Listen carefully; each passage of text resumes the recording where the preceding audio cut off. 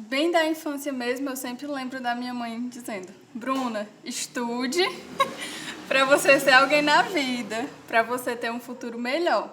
Ela me incentivava muito, então eu sempre estudei e eu gosto de estudar, sempre gostei de estudar. E aí, quando eu estava no 4º ano do ensino fundamental, eu fui para uma escola, que é a Escola Paula Queiroz. Passei 2 anos lá, foi uma escola muito importante para mim.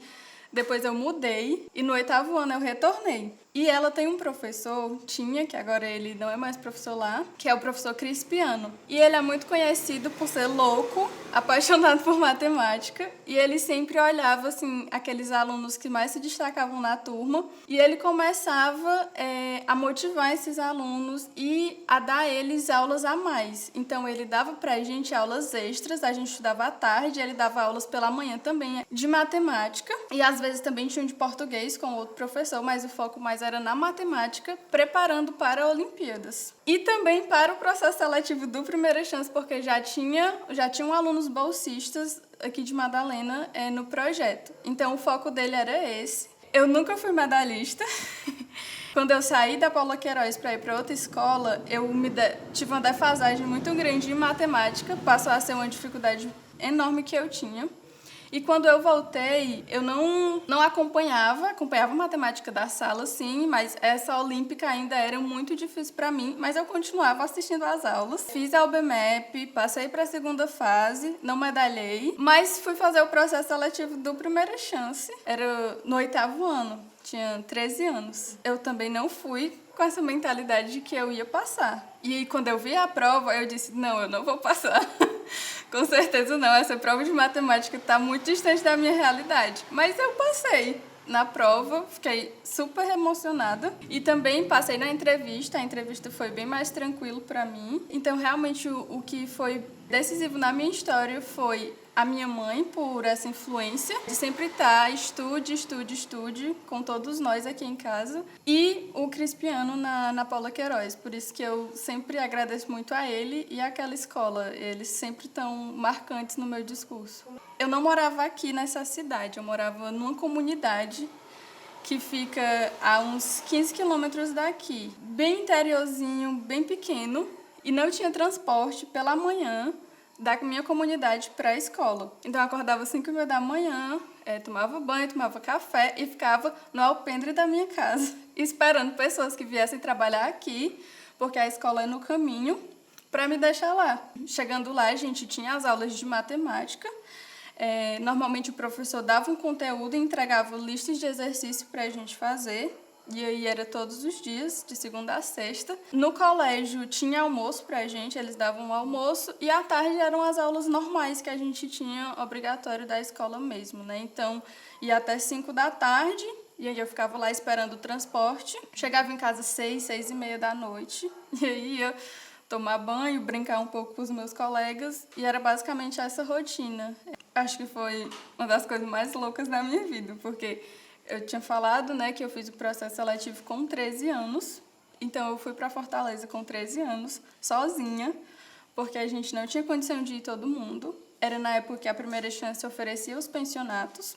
Então, eu fui morar num pensionato. O que deixou mais fácil é que eu fui com mais 3 amigas que estudavam lá na Paula Queiroz. Foi muito louco, porque assim que eu recebi a ligação do resultado, a pessoa perguntou, você vai? Aí eu nem pensei, eu disse vou. Não perguntei minha mãe, não perguntei o meu pai. Primeiro eu confirmei, depois eu vim dialogar com eles. Mas foi assustador, porque eu morava numa comunidade para ir morar em Fortaleza. Eu nem sei se eu já tinha ido em Fortaleza alguma vez na minha vida. Então, aquela coisa de aprender a pegar ônibus, fora o medo constante de ser assaltado, né? Eu também fui muito acolhida. As minhas amigas que me ajudavam, o pessoal do colégio, a própria Primeira Chance. Outro medo que eu tinha, nota baixa. Eu tinha muito medo de que eu não conseguisse acompanhar o ritmo de estudos do Ari. Aí a primeira nota que eu tirei em matemática foi um 4,5. Eu não chorei, mas eu fiquei muito triste, porque era a primeira nota baixa que eu tirava na vida. E aí eu entrei na turma regular. O Ari tem uma estratificação de turmas, né? Turma regular e turma olímpica. Mas assim, eu não deixei essa nota baixa em matemática me me destruí, né? Eu continuei estudando e tentando encontrar a melhor forma para estudar. Então, eu estudava o dia inteiro. A rotina que eu tinha na Paula Queiroz, eu continuei aplicando no Ari. Eu ia para o colégio cedo, no 9º ano eu estudava pela manhã, e à tarde eu passava na biblioteca do colégio, estudando. E aí eu consegui me destacar durante o 9º ano. No primeiro bimestre eu fui a 4ª melhor aluna da sala e nos outros 3 eu fui a melhor aluna da sala. E aí no ano seguinte eu consegui ser convidada para a turma olímpica do colégio. Normalmente você vai por um teste, mas os melhores alunos são convidados.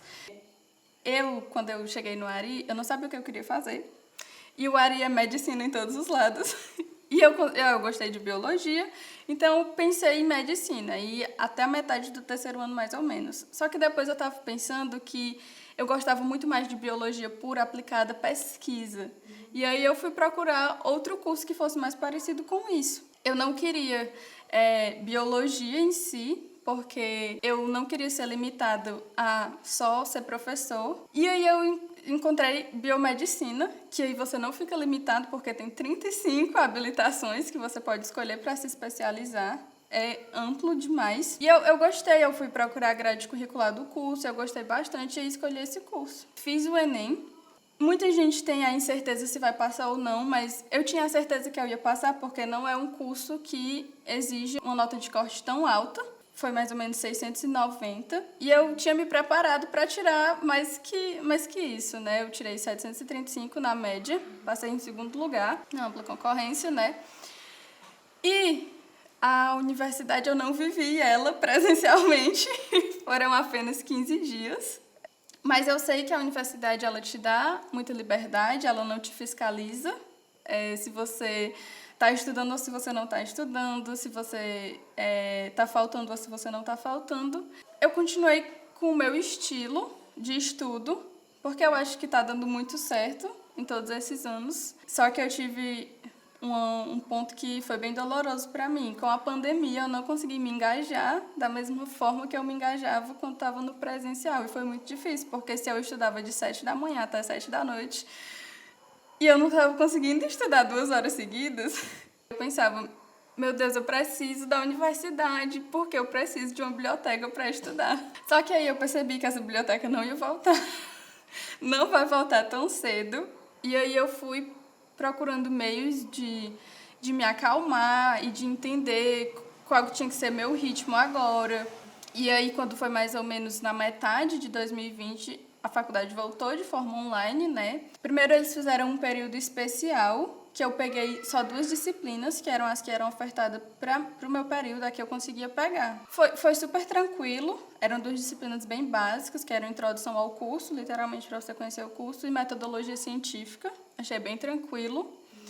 E aí depois veio outro semestre, que aí eles não ofertaram as cadeiras do primeiro período, nenhuma. Porque no primeiro período da biomedicina tem cadeiras que são multidisciplinares e precisavam de professores de outras áreas. Sei lá, tem informática, então precisava de alguém da área de matemática e tecnologia, cadeira de inglês, então a gente precisava de professores de outros departamentos. Mas foram ofertadas cadeiras que a gente conseguiria pagar sem ter nenhum pré-requisito. E aí eu fui pegar essas cadeiras, foi uma loucura. Eu acho que em 3 semanas eu fiz 7 ou 8 seminários. Foi bem corrida, então eu senti assim, realmente a universidade me pegou agora, puxou bastante. Eu faço um trabalho voluntário numa ONG. E aí eu até disse assim, gente, vou parar aqui uns 15 dias a 3 semanas, porque senão eu não vou conseguir dar conta. Aí parei para focar nesses seminários. E agora a gente estamos no outro período, e que agora finalmente eles ofertaram a cadeira do primeiro período. Então eu tenho 1 ano de faculdade, mas agora que eu estou pagando as matérias do meu período. E aí, uma forma que eu encontrei para estar me acalmando, para conseguir estudar direitinho e me organizar realmente com tudo que eu tinha para fazer, né? A faculdade, o voluntariado. Eu comecei a praticar yoga. Então, é uma prática diária, santa para mim, é como se fosse uma terapia. E aí eu fui cultivando cada vez mais essa questão de que tá tudo bem. É super compreensível que eu agora não esteja conseguindo fazer a mesma coisa que eu fazia no 3º ano. Se você quer fazer um curso de saúde achando que não vai ter matemática, vai ter. Então, eu estou estudando cálculo eu estudo 2 horas todos os dias, né? Dá tipo umas 10 horas por semana, fora as aulas que o professor já dá, que ele dá 2 horas na quinta e 2 horas na terça. Então, é basicamente isso. Eu me organizo em gastar mais energia nas coisas que eu tenho mais dificuldade e gastar menos nas coisas que eu não tenho tanto. E aí eu consigo praticar exercício físico, fazer yoga, fazer meu trabalho voluntário, fazer cursos que eu quero, assistir aula da universidade, descansar, ler. Às vezes pode pensar que eu sou louca, que eu faço zilhões de coisas durante o dia, mas eu sempre coloco o descanso, os meus momentos para mim, porque eu construí essa ideia de estar me respeitando também.